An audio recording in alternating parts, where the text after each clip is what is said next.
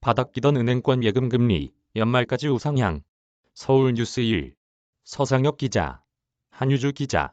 한국은행의 기준금리 인상 이후 시중은행들이 속속 예적금 금리 인상에 나서는 가운데 연말까지 수신금리 상승세가 이어질 것이란 관측이 나온다.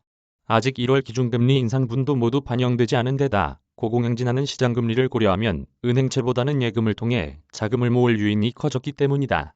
윤석열 대통령 당선인의 예대금리차 주기적 공시, 제도 공약도 은행권의 수신금리 인상을 압박하는 요인이다. 19일 금융권에 따르면 우리은행은 한국은행의 기준금리 인상에 따라 이날부터 거치식 예금 상품 금리를 0.25%에서 0.3%포인트 인상한다. NH농협은행도 이날부터 예적금 금리를 0.25에서 0.4%포인트 올렸으며 KB국민은행과 신한은행, 하나은행은 전날부터 예적금 금리를 최대 0.35에서 0.4%포인트 인상했다. 5대 은행 모두 한국은행 기준금리 인상에 따른 수신금리 조정 작업을 마쳤다.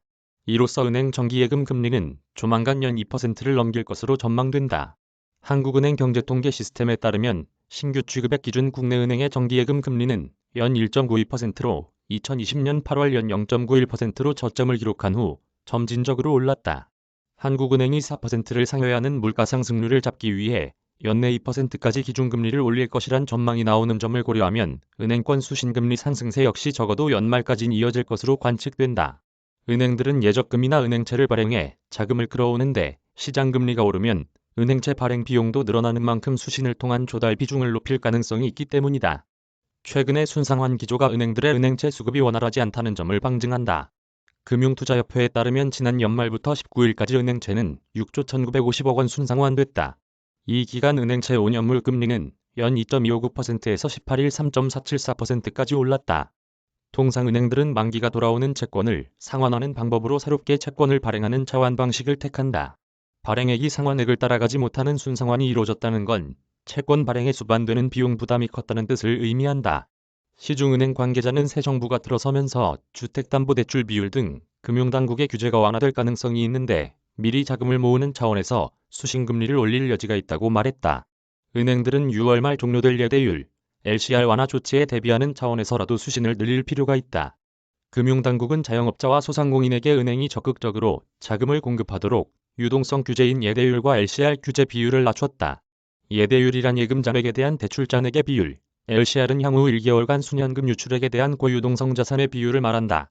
정상 규제 비율을 맞추기 위해선 예금을 늘려야 한다. 연초 기준금리 인상 효과가 아직 수신금리에 모두 반영되지 않은 만큼 상승 여력이 남아있다는 견해도 있다. 한국은행은 지난 8월을 시작으로 1년도 되지 않아 무려 0.75%포인트의 기준금리를 올렸는데 기준금리 인상 속도를 수신금리가 따라잡지 못했다는 것이다. 실제 과거 기준금리가 비슷했던 시기와 비교하면 현재 은행권의 수신금리가 더 낮은 것으로 나타났다. 4월 금융통화위원회 2달 전인 지난 2월 말 국내은행의 잔액 기준 총 수신금리는 연 0.93%로 1.25%에서 1.50%로 올렸던 가장 최근 금통위인 2017년 11월 2달 전인 2017년 9월과 비교해 0.19%포인트 낮았다. 은행 관계자는 2017년 당시엔 기준금리가 1.25% 상태가 약 1년간 이어진 상황에서 기준금리가 1.50%로 올랐다며 최근엔 기준금리가 0.5%에서 빠르게 상승했는데 아직 수신금리는 기준금리 상승분만큼 반영이 되지 못한 것으로 보인다고 설명했다. 한편 윤석열 대통령 당선인의 예대금리차 주기적 공시, 공약 역시 은행권의 수신금리 인상을 압박하는 요인이 될 전망이다. 현재 대통령직 인수위원회는 금융당국과 시행 방안을 논의 중인데 지난해 복리 논란을 의식해 은행들이 선제적으로 수신금리를 올릴 것이란 관측이 나온다. 이메일 주소